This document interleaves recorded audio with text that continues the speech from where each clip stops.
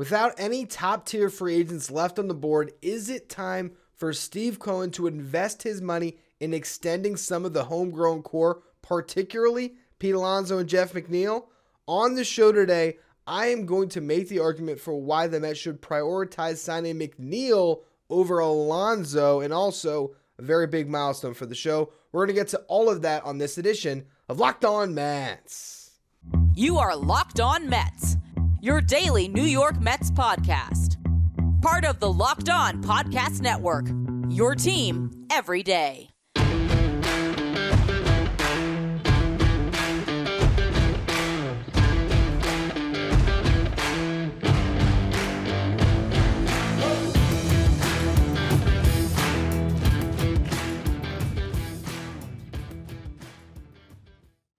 Hello to all you amazing Mets fans. You're watching Locked On Mets, part of the Locked On Podcast Network, your team every day. I'm your host, Ryan Finkelstein. If you want to find any of my work, follow me on Twitter at FinkelsteinRyan. You can also find some of my writing at justbaseball.com, where I work as the managing editor.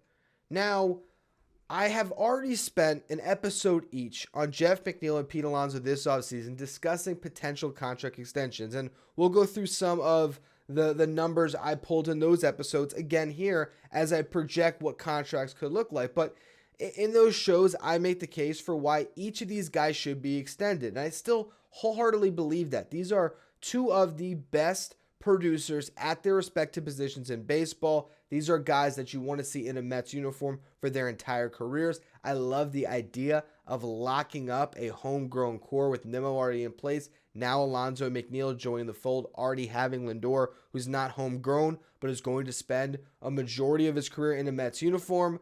I love that. And I think that can be your core four moving forward that you invest in and build around. I really believe that. With that said, today's show is about Jeff McNeil being more of a priority to extend than Pete Alonso. And you might think, what is Ryan talking about here? Isn't Pete Alonso the guy that led the league in led the National League in RBIs, actually led Major League Baseball, tied with Aaron Judge in RBIs, and hit 40 home runs? And also, led the league in home runs as a rookie and broke a rookie home run record. The guy that's hit the most home runs in baseball since 2019. Shouldn't he be prioritized? There's a couple things that come into play here. There's the contract element, which we're going to get to, but I also think it's the function of the player.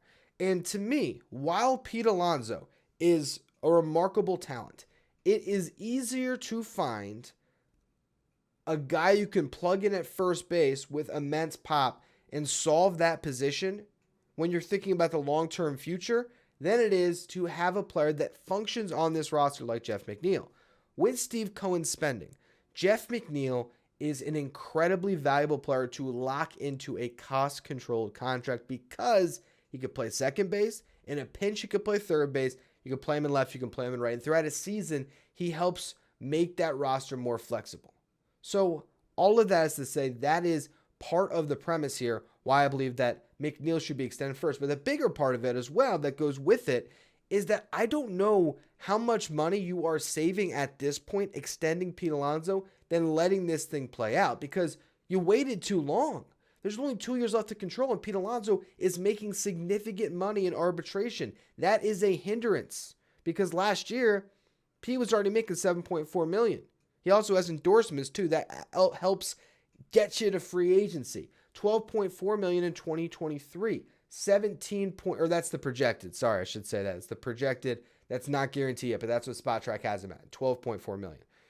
If you assume another $5 million bump, and if he has a better season, it could be even more, you're looking at $17.4 million potentially in 2024 as last year of arbitration. So before free agency, Pete can almost count on $30 million coming his way the next two seasons. That is not a significant amount of money compared to someone like Jeff McNeil, who made $3 million last year and is just starting to get to some money. He'd be lucky if he made $20 million in his final 2 years of arbitration. So that's another element of this. But let's just look at the contract, because here's what I broke down on the full episode on Pete. I looked at three comps in contracts. You have two guys entering their age 28 season that got big deals. Joey Votto, years ago, and Matt Olson heading into this past season. For Votto, 10 years, $225 million, $22.5 million per. Matt Olson, 8 years, $168 million, $21 million per. So this is sort of the argument about why you would extend him, because if you can get him in that $21 to $24 million range, better than letting him play it out till free agency. But what would he make in free agency? Well, Freddie Freeman just hit the market last year and probably would assume that Pete would have a hard time going into free agency with a better resume than Freeman. Freeman maybe a tad older, but still. You look at what contract he just got. $162 million over 6 years, $27 million per. So you say, all right, for Pete Alonso, if he hits free agency, maybe he's looking at a contract that's around there, 27, maybe 25 to 29 million, somewhere in that range. The contract that I came up with on the episode about a month ago was an 8-year, $180 million extension. So that'd be $22.5 million per season. That takes him through age 35. Part of the incentive to get Pete to sign that deal would be to give him an opt-out after the 5th season. So you would basically buy it as arbitration, and his first 3 free agent years get 5 years of guaranteed control. He'd have the option to hit free agency again after his age 32 season and try to get another bag. But if not, he could be in a Mets uniform for the full 8 years. So again, you're getting 3 extra years of control, could be getting an additional 6 years of control if he sticks around. But that would be the contract that I would want Pete to sign to. But does Pete Alonso want to sign that contract? Well, again, if he's about to make $30 million over the next 2 seasons, he could play it out, then maybe push to get $27 million per. Okay, over, let's say, an 8-year deal in free agency. If everything breaks right for him, if that's kind of the pie in the sky he's shooting for, that's $216 million that he's gunning for potentially. Maybe he could even round it up to $225. You add in the $30 million for the ARB years, that'd be $250 million, give or take, right, over a 10-year span. So about $25 million per season. Now, if the Mets have to get a deal done now and Alonso requires a 10-year contract at this stage, if he gets the Votto deal, it's $225 million. So how much are you saving over 10 years? $2.5 million a season? I would love for the Mets to lock Pete up. And if they got him on an 8-year deal so you avoid having to stretch that all the way out into the late 30s, love it. But if Pete wants a 10-year deal right now because he wants to get the Nimmo type contract, right? I want that deal that takes me through my career. If you're talking about $25 million in difference over the life of that type of a contract, maybe $2.5 million a season, what really is the incentive to get a deal done now rather than letting it play out? He's cheaper for the next 2 years when you have a ridiculous tax bill. You let the Verlander and Scherzer money come off the books, and then as a free agent, you bring him back just like the Yankees did with their Aaron Judge. Now, granted, if Pete Alonso hits 60-plus home runs in his final season heading into free agency, you might be screwed. But that was a once-in-a-lifetime season from Aaron Judge. So, again, if it's up to me, yes, extend them both. But at this stage, I'd be looking at 8 years for Alonso. I'd be trying to get him north of Matt Olson, but not too much, right? So, again, if you got him at 8 years, $180 million, I am all in. But if it's a 10-year deal for Pete Alonso right now, not that I wouldn't sign him to it, because I still would love Pete to be locked up. But I just think that it's more important to hammer something out with Jeff McNeil, because I think you have the leverage to really save and lock in a player that is so useful to your roster construction for the next 6 or 7 years if you can do this right. I'm going to talk about what that contract will look like in just a minute. First, though, today's episode is brought to you by BetOnline. BetOnline.net is your number one source for all your sports betting info, stats, news, and analysis. Get the latest odds and trends for every professional and amateur league out there. From football to basketball to soccer and esports, they've got it all at BetOnline.net. If you love sports podcasts, you can find those at BetOnline as well. BetOnline is always the fastest and easiest way to get your betting fix. Will Pete Alonso win the MVP? You can eventually bet on MLB futures and find odds for that. Also, NFL playoffs start this weekend. I know you want to get in on the action there. Head to the website today or use your mobile device to learn more about the trends in the action. Bet online, where the game starts. So Jeff McNeil made $3 million in 2022. He's projected to make $6.5 million this upcoming season. Then, if you just imagine a similar raise of $3.5 million, maybe you're looking at 10, maybe you're looking at 11 million, okay, in 2024. Bottom line, he's probably due to make over 15 million over his final 2 years of arbitration, but likely maxing out at 20, probably less than that. And he's entering his age 31 season. Right now, this is the time to extend Jeff McNeil, and I'll explain the difference here between him and Alonso. The contract that I pitched on the podcast about a month ago. And it's the same deal I've been trying to get the Mets to sign him to for literally years now. This dates back to November of 2020. That was the first time I was discussing a contract with a similar framework to this. And it's always been 5 years, $70 million.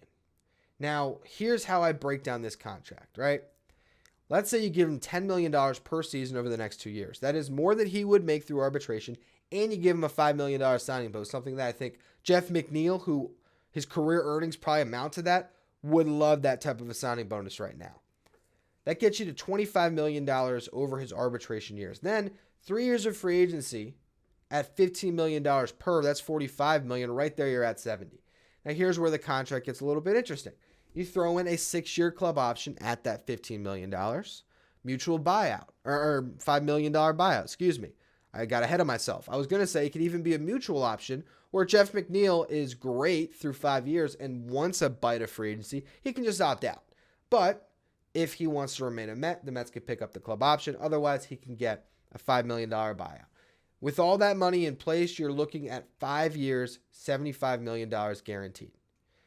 Now, you can even throw a 7th-year option on it as well, similar parameters, or you could guarantee the 6th year, I'd still like the deal, and put a 7th-year option. Even if you do that, you're looking at, an additional, 15 million, 20 million added on to the 70, right? So that would be 7 years of control for 90. Bottom line here, if you sign him to the 5-year, $70 million deal with the signing bonus, with the option factored in, guarantee of $75 million, right? So luxury tax purposes, you would be locking in Jeff McNeil at $15 million per. That's extremely valuable. Now you'd say, how is he going to take that? Do you see the contract that the Braves just got Sean Murphy to sign? It's all about leveraging his control and his age against him. The fact that he's not going to hit free agency until he's 33.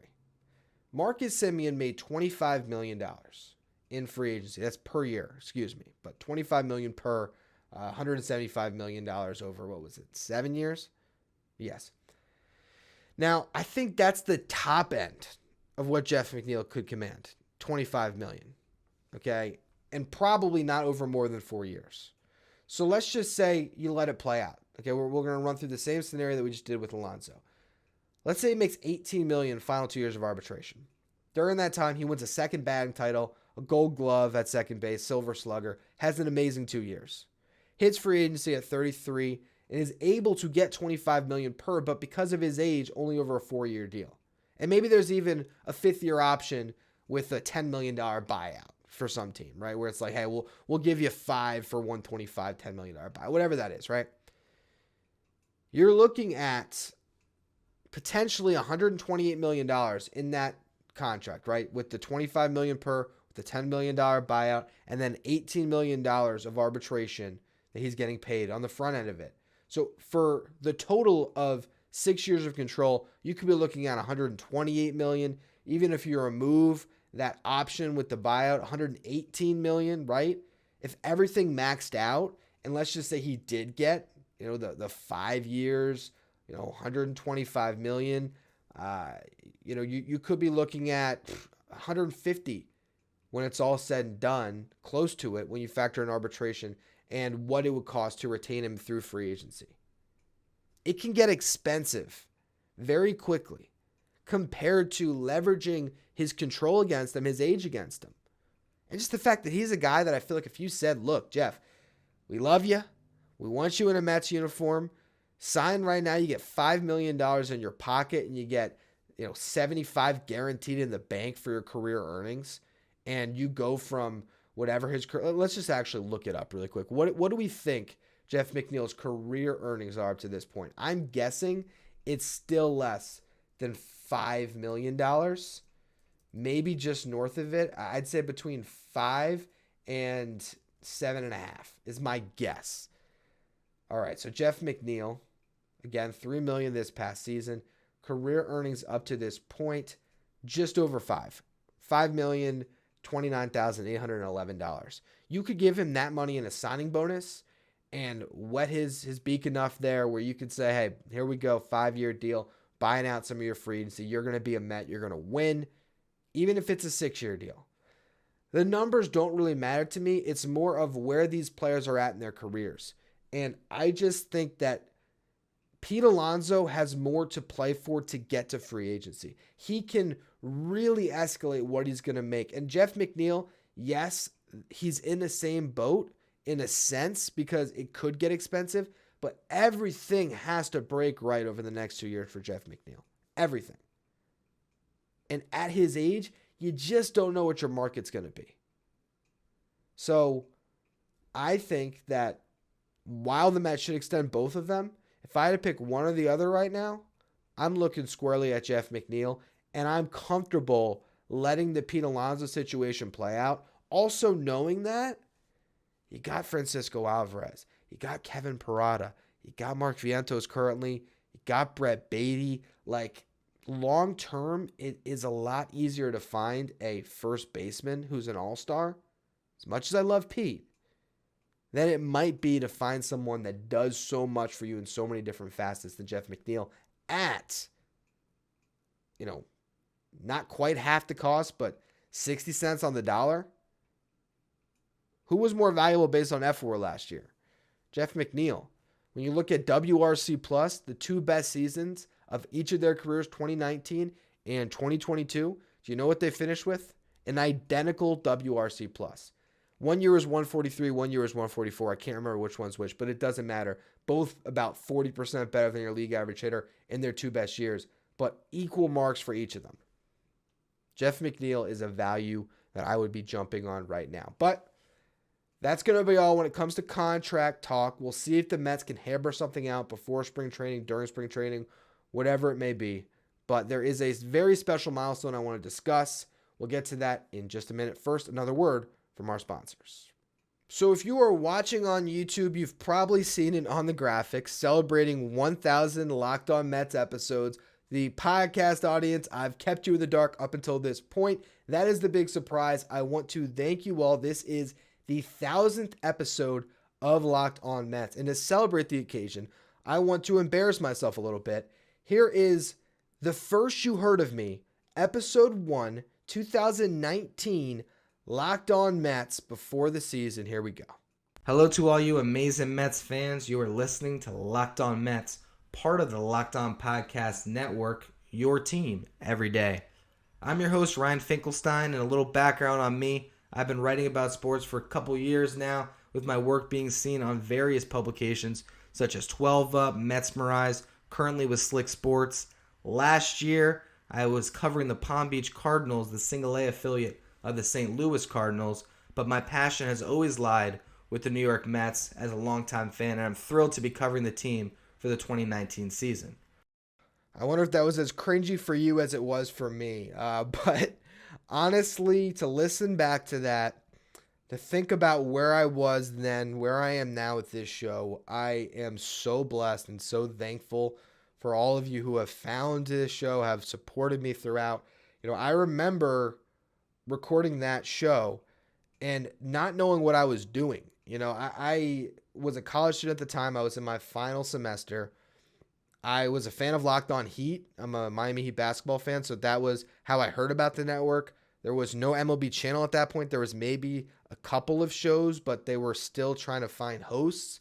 Reached out to the CEO, David Locke, had a good conversation on the phone with him, but had to wait a couple weeks. Nothing really amounted from it. I started sending an episode or two, and I was just like, hey, I really want this, and this is what it would sound like. Remember, he told me it seems like you just jammed 5 episodes of content into one. Let's slow it down. Let's spend more time on it. But there's something here. We'll bring you on. And then I mean, my podcasting experience going into this show was I had a podcast with my uncle called Let's Think Sports that we did for a little over a year. But I would assemble a show sheet. He would host and kind of pitch topics to me, and I would just work off of him. I never actually really hosted anything by myself except for maybe an episode or two with my friends. So I come into this situation where I got to host a daily show Monday through Friday, and I was lost. And I remember 2 weeks in, I was ready to quit. I was like, this is actually, it might have been after the first month. I think I got my first month paycheck, and it was $37 for 15, 16 shows, whatever it was. When I wasn't surprised, no one was listening. And I just told my dad, I'm like, I don't think I could do this. Like, I don't know what I'm doing. It's so hard, and I don't know if I'm gonna find an audience. I don't have any followers on social media. How do I do this and that? I was just ready to give up on it. And my dad just told me, look, I've been listening every day. You're getting better and better. I think you should stick with it. Try it for a season. If you still don't like it, they can make a smooth transition after the year. And so I said, all right. And I stuck it out. And I was working with Mesmerize. I'd started working with them just so I had something else that I could kind of put on my resume as I opened up shows that, hey, you could find my writing at metsmerizeonline.com, and got integrated into that community a little bit, and that really helped me. And I remember the Marcus Stroman trade in particular at that deadline, prior to the deadline. I was at a point where I knew what I was doing and I felt confident in the show that I was putting forth. And then I found an audience because when a big trade happens, people are going to flock to Mets podcast. And that's when we started to get a little bit of a foothold, and it kind of snowballed from there. And, the rest of that season, 2019, was a lot of fun. It was a fun team down the stretch. Came up a little bit short. I had my first offseason in 2020. That was a real buzz for me. And then COVID happens. We go to shutdown. My writing career, where I was more focused on that for the first year and a half of this podcast, and I was doing football and basketball writing, that fell off. I was unemployed for the first time since I was 16. I didn't have my pizza delivery job either. And all I could do was host Locked On Mets. And we got a 60-game season. My social media started to develop a little bit. I started to kind of see how I had to really take this show and across multiple platforms and try to make things just work a little bit better, and realize why there actually is something here. 2021, I got my first full season, off season, all the way through to cover the Mets, had a blast with it, and kind of realized that this was actually something. And February of 2022, with my job at Just Baseball and Locked On Mets, for the first time, I was able to completely walk away from delivering pizza. And here we are, a couple months later. I could not have imagined I would be sitting in this seat that I'm in now, 4 years ago, about here, March of 2019 when I recorded that. 1,000 episodes under my belt now. It's crazy to think how far I've come, the show's come, the network has come. The network is, my resume now, there's no way I'd get into this network if I applied to be the host of Locked On Mets or any Locked On show, my resume back then. So to see everything, how it's unfolded, I'm so appreciative of the Locked On Podcast Network for giving me this platform. I always said in the beginning, and still now, I do a show for my dad, and everybody else likes it too, it seems like. So a big thanks to him for encouraging me to stick with it. And then to the audience at large. I mean, there's been so many times over these 4 years where I'll get the DM on Twitter where someone says, hey man, I love your show. I listen to you every day when I X, Y, and Z, whether it's walking the dog, driving to work, me and my kid when I drop him off at school. I've gotten those messages, and those are the messages that keep me going, because if you take that time to make me a part of your daily routine, that is an honor that I don't take lightly. And that's why I try to make sure that I give you your 5 episodes a week. And there's never a dull day when covering the New York Mets. I'm so blessed to have this seat in particular.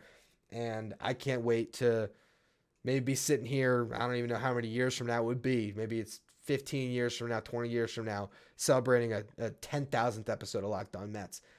So again, thank you to everyone. And that's going to be all for the show today. Tomorrow, episode 1001 with Javi Reyes. Likely, we got to nail down the time for that. But we're going to be talking Machado to the Mets. It'll be a fun show. Make sure you follow, rate, and review wherever you get your podcast. Make sure you follow me on Twitter at Finkelstein Ryan. Follow the show at Locked On Mets. Thank you for making Locked On Mets your first listen every day. Now for your second listen, check out Locked On MLB. I'm about to hop on with Sully, so you can check me out there. Locked On MLB is where you want to go to find out about everything going on in the game today. You can follow Locked On MLB on the Odyssey app, YouTube, or wherever you get podcasts.